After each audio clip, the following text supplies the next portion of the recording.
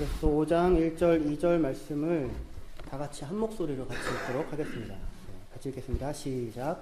그러므로 사랑을 받는 자녀같이 너희는 하나님을 본받는 자가 되고 그리스도께서 너희를 사랑하신 것 같이 너희도 사랑 가운데서 행하라. 그는 우리를 위하여 자신을 버리사 향기로운 제물과 희생 제물로 하나님께 드리셨느니라.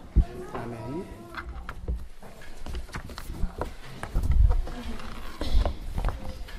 본문에 보시면 그러므로 사랑을 받는 자녀같이 너희는 하나님을 본받는 자가 되라, 그렇게 말씀을 합니다.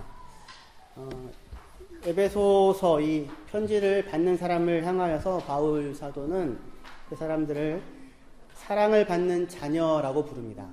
누구의 사랑을 받는 누구의 자녀입니까? 하나님의 사랑을 받는 하나님의 자녀이죠.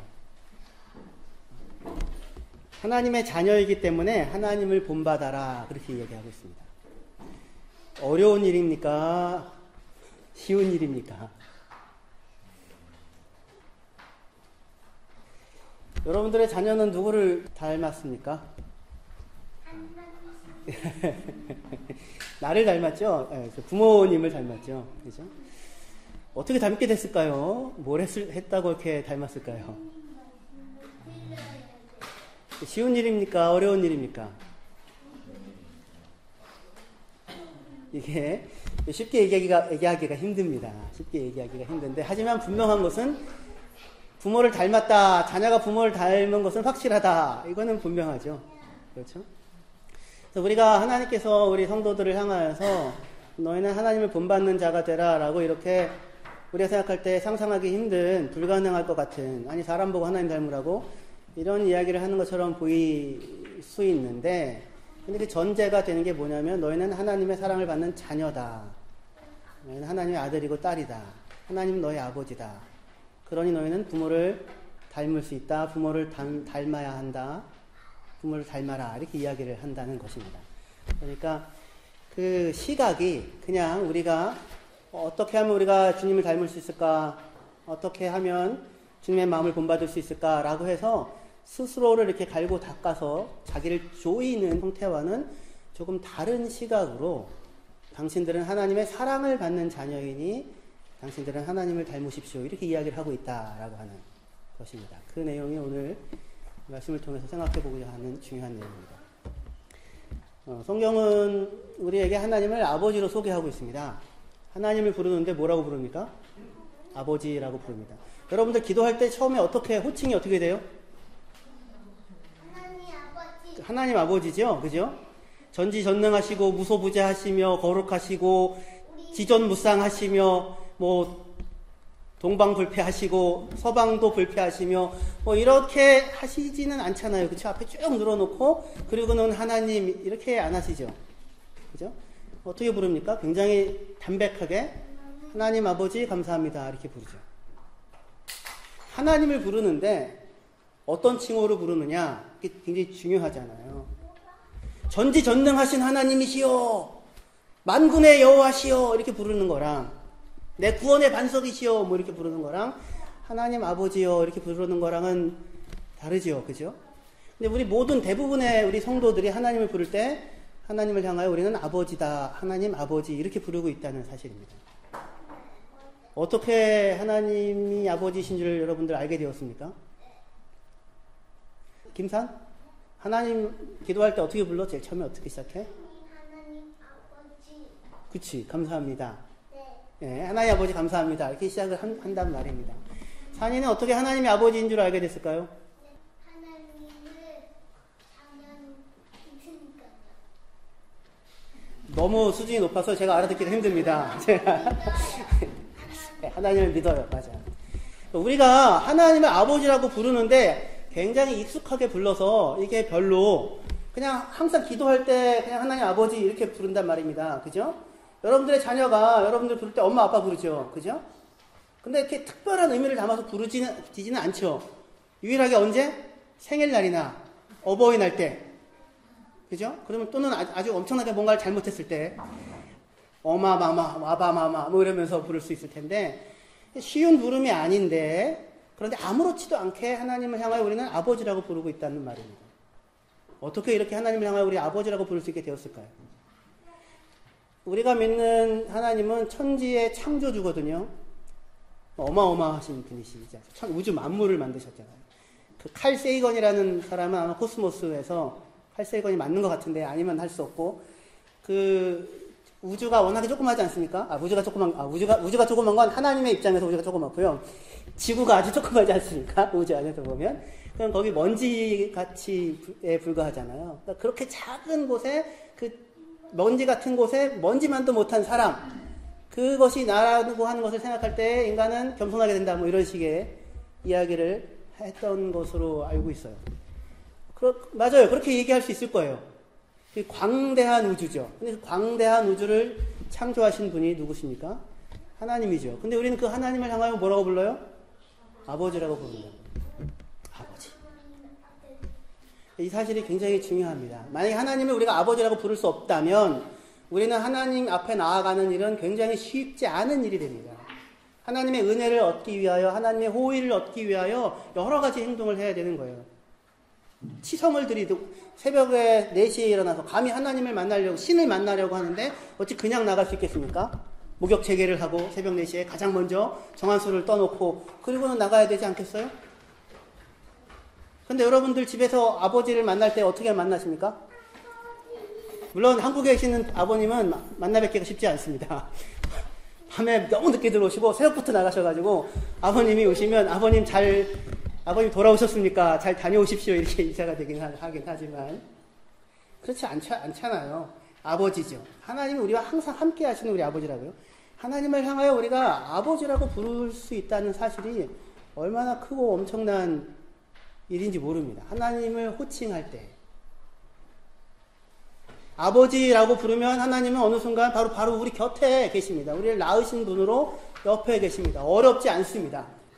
그런데 이렇게 하나님을 아버지라고 부를 수 있게 되어진 그 이유, 근거는 예수님 때문에 그렇습니다. 예수님 때문에.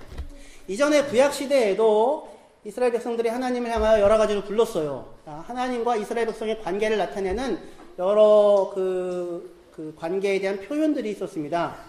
대표적으로 왕과 백성, 주님과 그의 소유, 또 구속자와 그의 소유, 목자와 양, 남편과 아내, 농부와 포도원, 그리고 아버지와 아들, 장자, 이런 식으로 여러 가지로 구약시대에 하나님께서 이스라엘 백성과의 관계를 설명을 했었습니다. 이건 다 하나님 쪽에서 주어진 설명이었어요. 이스라엘 백성들 쪽에서 찾아 나온 게 아니라 하나님 쪽에서 이스라엘 백성과 자기와의 관계를 그렇게 설명하셨어요. 되게 중요해요. 하나님 쪽에서 우리가 하나님과 어떠한 관계가 있는지를 이렇게 여러 가지로 설명을 했던 거예요. 구약시대에. 그런데 예수님은 하나님을 아주 담백하게 뭐라고 부르셨냐면 아빠라고 불렀습니다.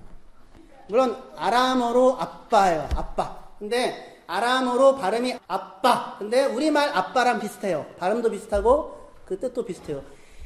어린 아이들만 아빠를 아빠라고 불렀던 건 아니고 어른들도 아빠를 아빠라고 부릅니다. 여러분들도 그렇죠? 아버지라고도, 산이는 아버지라고 하기도 하지만 저는 아빠라고 부르죠. 그래서 훨씬 더 친근한 그 표현으로 부릅니다. 예수님께서 하나님을 부를 때 항상 하셨던 게 뭐냐면 아빠였어요.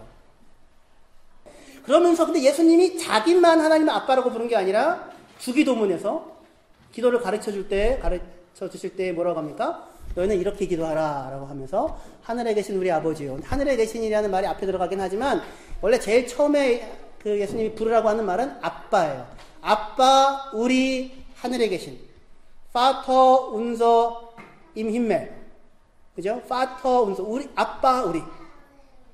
가장 먼저 하나님을 부를 때 너희는 이렇게 하나님께 기도해야 돼. 본인만 하나님을 아빠라고 부르는 게 아니라 자기를 믿는 제자들에게도 너희는 하나님을 이렇게 불러. 뭐라고요? 아빠라고. 그럼 아빠라고 부를 수 있는 이유는 뭐예요? 우리가 그의 자녀라는 것이죠. 그리고 정말로 하나님은 우리의 아버지라고 하는 것이고요. 예수님에 의하여 하나님은 우리에게 가장 중요한 그림, 관계에 대한 설명으로 무슨 말로 주어졌냐면 아빠와 자녀, 아버지와 아들, 아버지와 딸이라고 하는 관계로 그렇게 주어졌던 것입니다. 구약시대에 이러한 표현들은 여전히 지금도 유효하지만 그러나 우리 신약을 사는 성도들에게 있어서 이 모든 하나님과의 우리와의 관계, 신과 우리와의 관계를 나타낼 때 가장 중요한 하나의 표현, 더 표현이라고 할 수 있다면 그건 아빠와 아들이에요.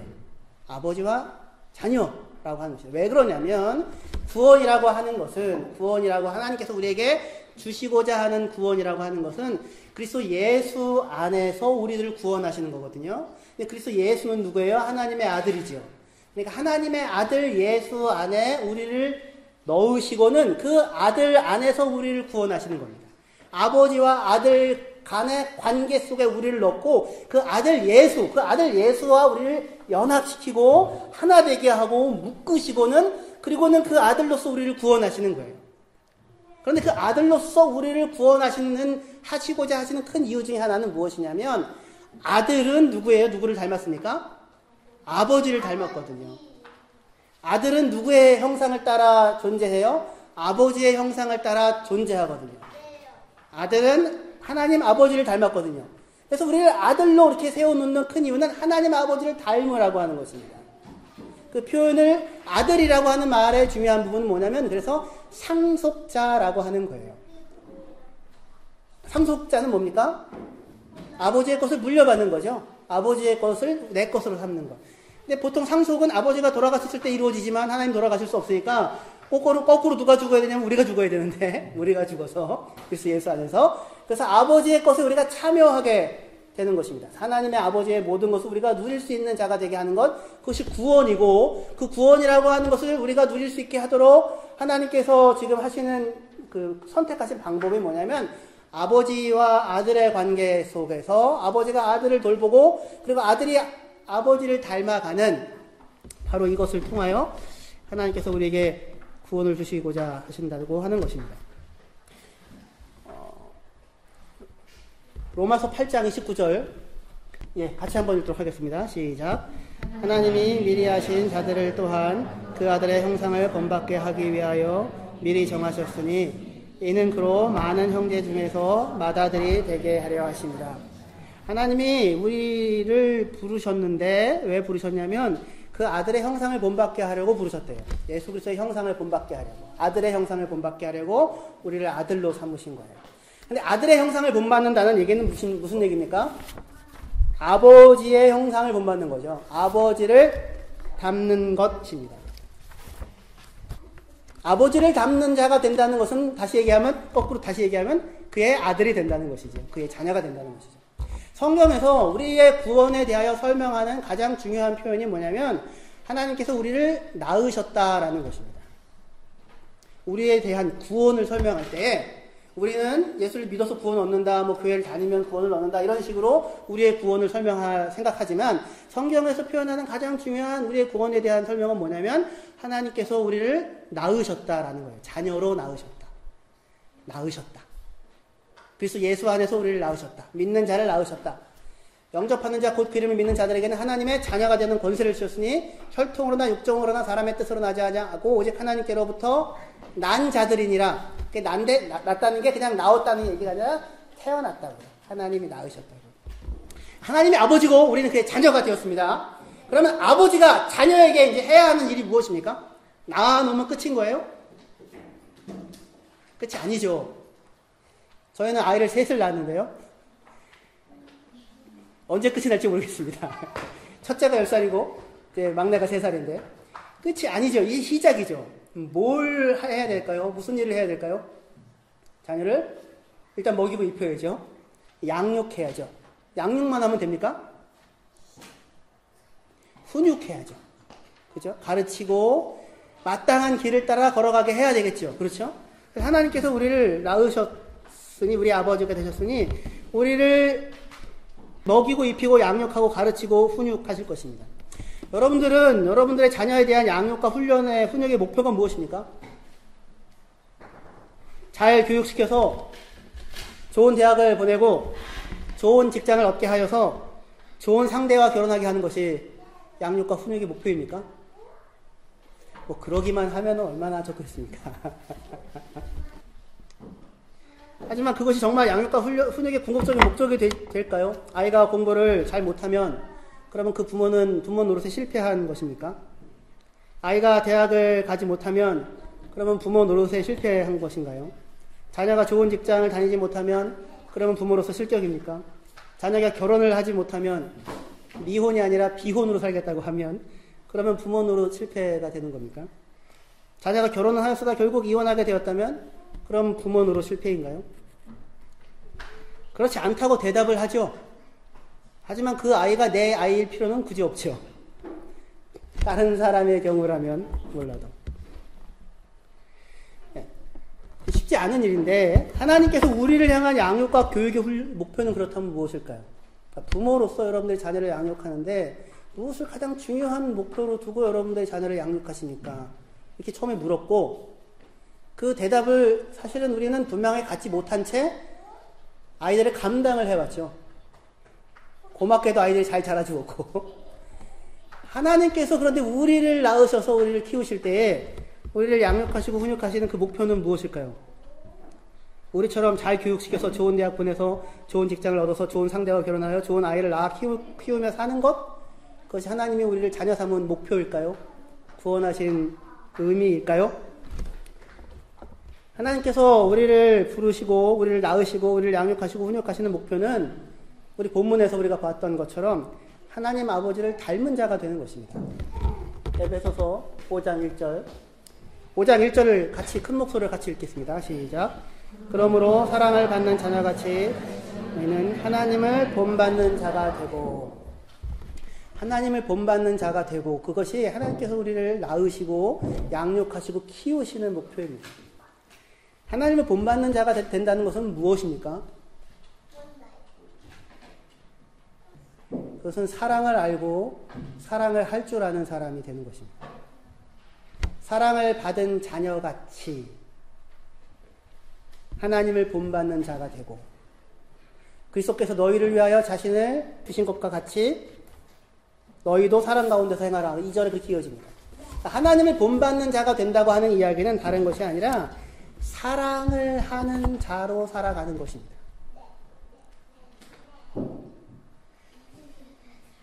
하나님을 본받는 자가 된다고 합니다. 하나님을 본받는 자가 되고. 그러니까 지금 제가 먼저 정답을 얘기를 해놓고 지금 얘기를 하는 거예요. 하나님을 본받는다가 무슨 자가 된다는 것이 무슨 뜻인가? 사랑을 하는 사람이 된다라고 하는 것입니다. 그것이 하나님께서 우리를 지금 낳으시고 키우시고 삶을 허락하시고 그리고 인생을 살게 하시는 가장 중요한 이유입니다. 사랑을 알아 사랑을 하는 사람. 그게 누구를 닮은 거예요? 하나님 아버지를 닮은 거예요. 왜 사랑을 하는 것이 하나님 아버지를 닮는 것입니까? 하나님이 어떤 분이시니까? 사랑이시니까. 하나님이 사랑을 하시는 분이시니까. 그런데 문제는 우리는 사랑이 무엇인지를 잘 모른다는 것이고 어떻게 사랑하는가라고 하는 것이 무엇인지도 잘 모른다라고 하는 것입니다. 이 어떻게 사랑하는가, 무엇이 사랑인가라고 하는 이야기는 제가 다음 주에 이어서 할 거예요. 그 2절에 대한 설명인데 오늘은 하나님을 닮는다, 하나님의 자녀가 된다라고 하는 그 내용만을 조금만 더 생각을 해보려고 합니다. 하나님을 닮는다라고 하는 것 또는 그리스도를 본받는 자 같이 나를 본받는 자가 되라 그리스도를 본받으라고 하는 것 성경의 중요한 그 구원받은 성도들에게 요구되어지는 것인데 이 본받으라고 하는 이야기는 무슨 말이냐면 독일말로는 나크아모라고 하고 영어로는 이미테이터라고 해요. 헬라말로는 미메타이라고 하고. 근데 이미테이터라고 하면 이미테이션 하면 뭡니까? 짝퉁이죠, 짝퉁. 이미테이션 하면 짝퉁이 되죠. 여기가 굉장히 중요한 부분인데요. 하나님을 본받으라고 했는데 사람들이 하나님의 이미테이터가 되어야 되는데 하나님을 닮은 사람이 되어져야 하는데 사람은 쉽게 짝퉁이 됩니다. 하나님을 본받는 자가 되라라고 얘기를 듣고는 많은 성도들이 열심히 하나님을 본받으려고 합니다. 그런데 열심히 하나님을 본받으려고 하는데 하나님을 정말 닮아가는 게 아니라 하나님의 이미테이션이 돼요. 짝퉁이 된단 말입니다. 대표적인 이미테이션이 뭐냐면 아담과 하와가 선과 악의 지식나무를 먹고 하나님처럼 되겠다라고 했던 것이었었어요.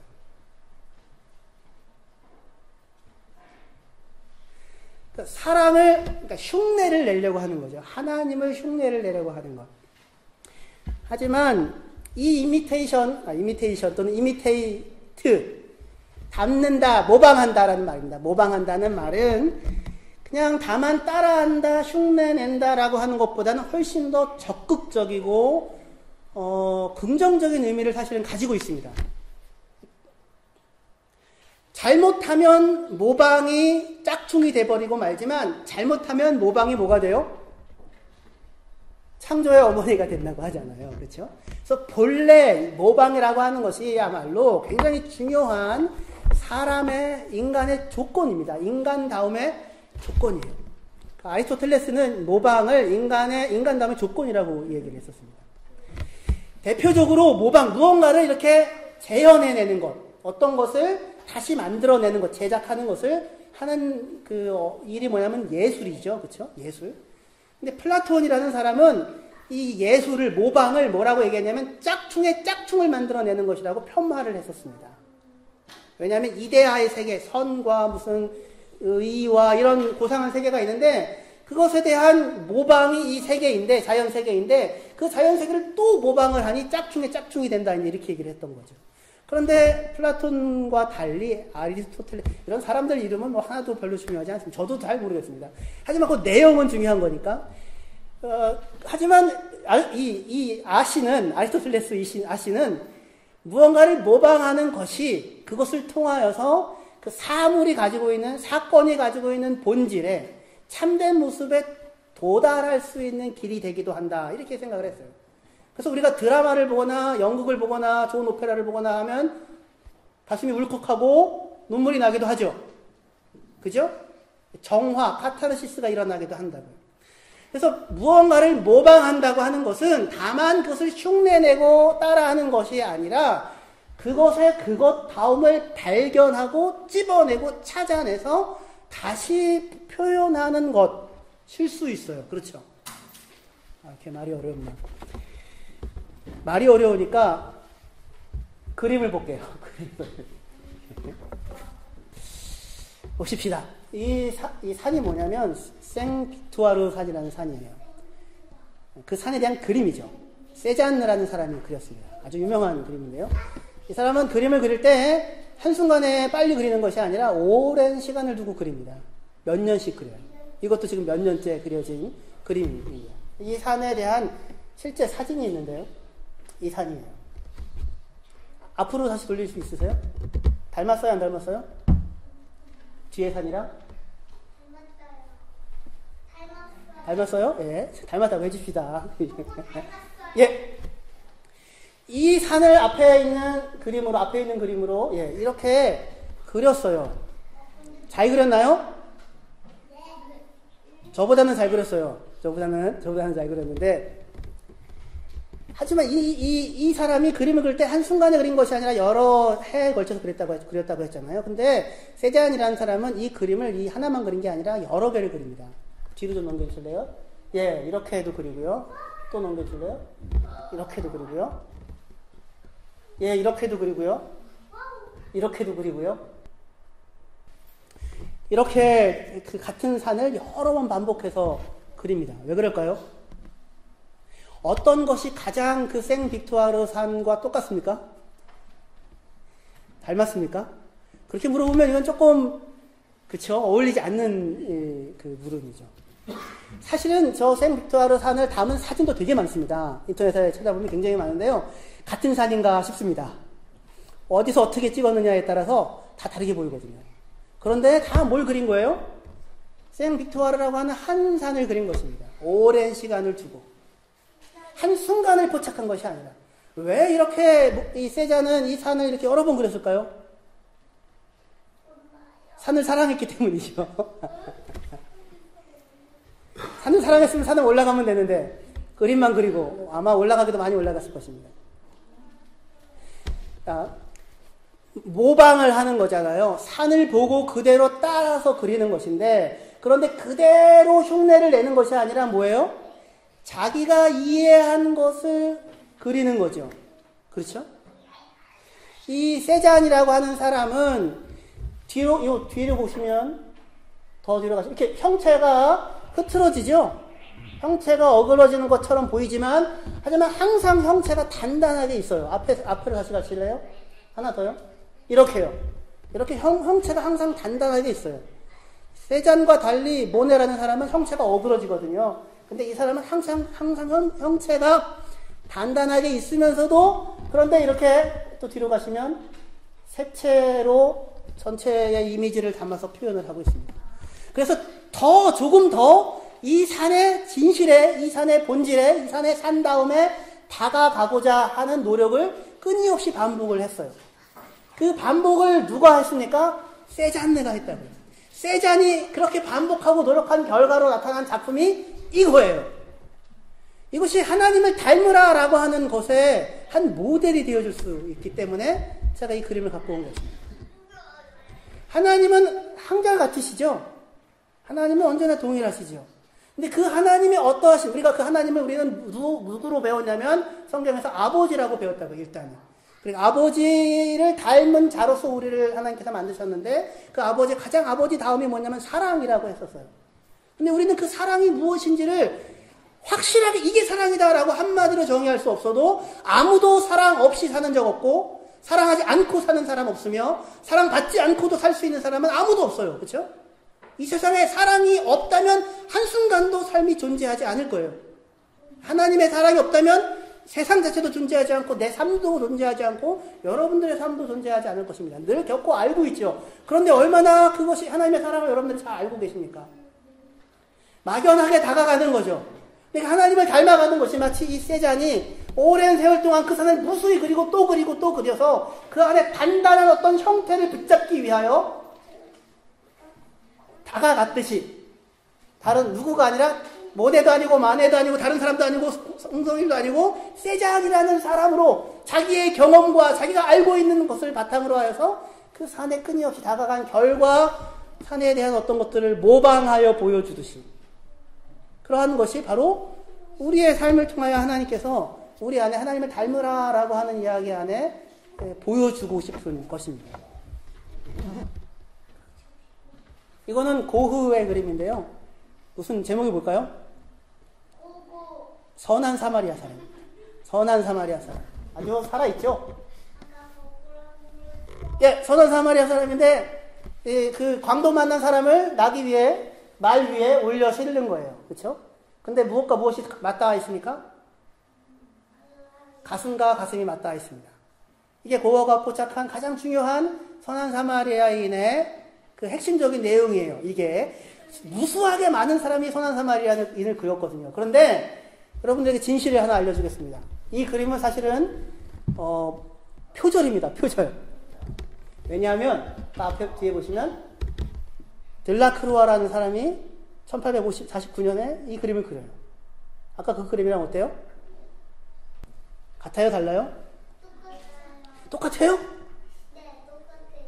이제 이렇게 옆뒤가 바뀌었죠? 고흐는 들라크루아를 좋아했어요. 렘브란트도 좋아하고. 그런데 이 사람은 선한 사마리아인을 그릴 때 누구를 통하여서 선한 사마리아인을 봤습니까? 들라크루아가 표현한 저 그림을 통하여 선한 사마리아인에 도달했어요. 같은 그림이고 같은 구조인 것처럼 보이지만 다르죠. 메시지가 달라요. 다르게 볼 수 있어요. 찬찬히 보면 찬찬히 안 봐도 달라요. 똑같이 따라했느냐가 중요한 것이 아니라 그것을 통하여 누구를 보았느냐고요.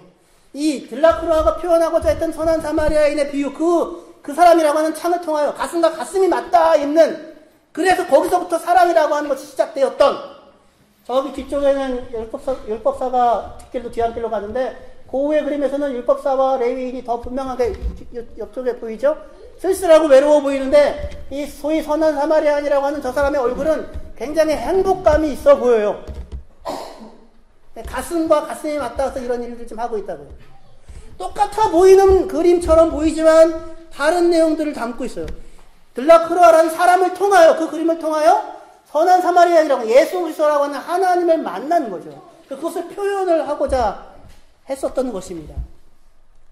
하나님을 본받으라 라고 얘기를 할 때 우리가 이렇게 하나님에 대하여 찾아갈 수가 있습니다. 모방이라고 하는 것은 사물 또는 대상 또는 사건에 대해 내가 어떻게 이해했는가에 대한 결과이고, 그리고 나와 그것의 상호작용의 결과이며, 그리고 그것을 내가 직접 구체화하여 시연하는 것입니다. 나타내 보여주는 거예요. 여기까지가 중요해요. 그냥 보고 아는 게 아니라 실제로 내가 보여주는 거예요. 뭔가를 만들어서 제작할, 그림을 만들든 노래를 부르든 피아노를 치든 삶을 살든 말을 하든 표정을 짓든 간에 그것이 나를 통하여 구체적으로 표현되어지는 것입니다. 그런데 이렇게 무언가를 모방하여 알아채고 그것을 내가 표현해낼 때에 가장 중요한 부분이 무엇이냐면 지속적인 상호작용, 사귐이라고 하는 거예요. 그러니까 우리가 하나님을 알고 하나님을 닮아갈 때 가장 중요한 부분이 뭐냐면 지속적인 상호작용으로서의 사귐입니다. 세잔느가 누구를 사랑했어요? 뭘 사랑했어요? 생 빅토르사를 사랑했어요. 얼마나 사랑했는지 내내 거기다 놓고 그림을 그리고 또 그림을 그립니다. 최소한 이 정도는 해줘야 되지 않겠습니까? 한번 여러분이 본 산이 그 산이 아닐 거 아니에요. 제가 어렸을 때 제가 늘 올라가 봤던 산이 계양산이라고 300m가 조금 되는 산이었어요. 저희는 거기서 아주 아침에 산에 올라가서 밤늦게 내려오는 제 놀이터 같은 곳이었습니다. 한 번은 길을 잃어가지고 집에 못 들어와서 온 동네가 발칵 뒤집혀가지고 다 공동묘지에 올라가서 찾기도 했던 그런 산이었어요. 근데 그 산이 지금 제가 가서 보면은 그때 그 산일까요? 아니면 다른 산일까요? 똑같은 산이지만 다른 산이거든요. 그러니까 누군가 한 사람을 사랑한다고 하는 것, 닮아간다고 알아간다는 것, 모방한다고 하는 것, 재현한다고 하는 그 일은 단 한순간에 보고 내 느낌을 따라 주관적인 그런 감각으로, 감정으로 이루어지는 것이 아니라 오랜 세월 그를 보고 지켜보고 마주하고 지속적으로 상호작용을 갖고 사귀고 그 결과로부터 내게서부터 비롯되어져 나오는 어떤 것입니다. 우리가 하나님을 닮는다고 하는 것은 흉내를 내거나 연기를 하는 것이 아니라 사귐의 결과, 다시 해서 보고 겪고 해보고 닮아가는 것입니다. 그렇게 하나님께서 우리를 자신을 닮으라고 하시면서 뭘 보여주냐면 자기 자신을 보여주십니다. 하나님께서 너희는 사랑을 받는 나의 자녀인 나를 본받으라고 하셨잖아요. 본받으라 라고 하는 말을 책임있게 할 수 있으려면 그 말을 한 존재가 어떻게 해야 돼요? 지속적으로 자기를 보여줘야죠. 자기를 나타내야죠. 사귐의 관계에 자기를 넣어야죠. 그렇죠. 그렇게 하겠다는 거죠. 그렇게 삶을 함께하고 같이 하고 사귀어가겠다고 하는 것을 전제로 너희는 나를 본받으라 라고 하는 이야기를 하고 있는 것입니다. 여러분들 아이들은 누구를 닮냐면 부모를 닮습니다. 부모를 닮는데 부모를 닮는 것은 어떻게 닮습니까? 말을 듣고 닮나요? 잔소리로 닮습니까? 아니요. 보고 닮습니다. 100번 말해도 한 번 보는 것을 이기지 못합니다. 자녀는 100% 부모의 말을 듣고 크지 않고 보고 큽니다. 겪고 큰다고요. 본대로 닮아갑니다. 왜 애가 이런가? 내가 가르치는 것과 달라지는가? 여러분들이 잘못 가르치고 잘못 말해서가 아니에요. 잘 보여주셔서 여러분들보다 훌륭해진 거예요. 우리가 살아낸 삶을 본대로 자녀는 그대로 담습니다. 결코 누구도 들어서 변하지 않고 본 만큼만 변합니다. 보여줘야만 변합니다. 그래서 하나님께서 어떻게 하세요? 항상 우리에게 보여주신다고요. 그래서 본문 에베소 5장 1절에서 2절 다시 한번 같이 읽겠습니다. 시작. 그러므로 사랑을 받는 자녀같이 너희는 하나님을 본받는 자가 되고 그리스도께서 너희를 사랑하신 것 같이 너희도 사랑 가운데서 행하라. 그는 우리를 위하여 자신을 버리사 향기로운 제물과 희생 제물로 하나님께 드리셨느냐. 하나님을 본받는 자가 되라고 얘기하면서 바로 나오는 말이 그리스도께서 너희를 사랑하신 것 같이 너희도 사랑 가운데서 살아가라. 그렇게 얘기합니다. 뭐가 전제가 돼요? 그리스도께서 너희를 사랑하신 것 같이. 이 전제가 없으면 너희도 사랑 안에서 살아라라고 하는 것은 불가능한 요구이고 이루어질 수 없는 명령입니다. 그렇게 하지 않으세요. 그렇게 기대하지 않으세요. 닮는 건 그렇게 되어지지가 않아요. 율법을 주고 네가 알아서 해봐. 절대로 되어지지 않습니다. 100번 듣는 것보다 한 번 보면 따라 해보게 됩니다. 그 한 번 보게 되는 게 누구예요? 하나님 예수께서 우리에게 보여주신 것이죠. 우리를 위하여 자기를 버리셔서 향기로운 제물과 희생 제물로 사랑을 보여주셨습니다. 한 순간이요? 아니요, 영원히요. 한 번만이요? 아니요, 광야 40년 동안. 영생을. 하나님께서 너희는 나를 본받으라 라고 하는 이야기에는 항상 무엇이 담겨 있냐면, 내가 너희를 사랑하니, 그러한 나의 사랑 안에 들어와 그것을 누리고, 그것을 받고, 그것을 경험하고 살아라 라고 하는 아버지의 절절한 마음이 담겨 있는 것입니다. 그러니까 너희는 어찌하여 나를 본받지 않느냐가 문제가 아니라 어찌하여 너희는 나의 사랑을 아직도 깨닫지 못하느냐라고 하는 것이 문제가 되는 것입니다. 보면 본 만큼 반드시 변화되고 반드시 달라지게 됩니다. 그래서 우리 하나님의 사랑을 그런데 우리가 보지 못하고 겪지 못하고 이해하지 못하고 느끼지 못하는 이유는 우리에게 무엇이 없기 때문이냐면 믿음이 없기 때문에 그렇습니다. 하나님을 향한 믿음이 유일한 통로입니다. 나를 사랑하시는 하나님을 믿는 순간 세상은 달라집니다. 그 하나님이 나를 사랑하시는 하나님이 나의 아버지고 나의 부모라는 것을 진정으로 믿는 순간 인생에서 겪는 모든 일들은 완전히 달라집니다. 세상은 다른 세상이 됩니다. 오늘 하루도 하나님께서 나를 사랑하셔서 은혜로 허락하시고 주어 누리게 하시는 복된 인생이 됩니다. 그런데 하나님이 우리를 사랑한다는 얘기를 그렇게 많이 해도 그 사랑한다는 흔한 말이 되어져 있잖아요. 마음에 들어오지 않죠. 그 이유는 무엇입니까? 우리가 믿음으로 하나님 앞에 하나님과 연합되어져 있지 못하기 때문에 그렇습니다. 믿음은 그러나 어려운 일이 아닙니다. 내가 너를 사랑하여 이처럼 사랑하여 독생자를 주었으니 나를 믿으면 멸망하지 않고 영생을 얻는단다. 나의 자녀로 이 땅을 살게 된단다. 라고 하는 것을 담백하게 받아들이시고 이 땅을 살아가시면 되는 것입니다. 근데 왜 하나님이 나를 사랑하신다는 사실이 잘 안 믿겨질까요? 왜냐하면 삶이 고달프거든요. 왜냐하면 삶이 내가 원하는 대로 내 마음대로 진행이 되어지지 않거든요. 그 이유가 그렇기 때문입니다. 그런데 하나님이 우리를 사랑하시기 때문에 우리에게는 하나님께서 뭘 주시냐면 우리가 갖기 원하는 것을 주시는 것이 아니라 정말로 복된 것을 하나님이 우리에게 주시기를 원하십니다. 그래서 우리의 삶이 때로 고통스럽고 때로 어려운 거예요. 그러나 우리가 그와 함께 영광을 얻기 위하여 모두 받아야 될지니라 고난도 받아야 할지니라 합니다. 고난은 딱히 어려운 일이 아닙니다. 무슨 아프리카에 가서 선교에다가 목숨을 거는 그런 일이 아니라 다른 것이 아니라 오늘 살고 있는 여러분들의 이 평범하고 아무렇지도 않은 매일의 일상입니다. 그 일상에 바로 여러분 옆에 붙여져 있는 사랑하라고 주어진 여러분들의 가족입니다. 그 사람들을 하나님이 여러분들을 사랑하시는 것 같이 사랑해 내시는 겁니다. 그게 고난이에요. 그게 영광을 낳는 고난입니다. 그게 하나님이 지금도 하고 있는 영광스러운 고난입니다. 하나님이 우리를 자녀로 삼으셔서 우리를 감당해 주고 계세요.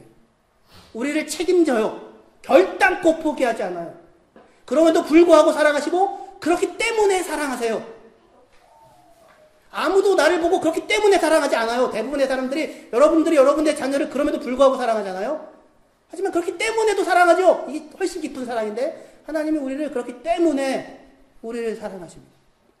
우리를 사랑하시는 고난을 겪으십니다. 우리가 살아내십니다.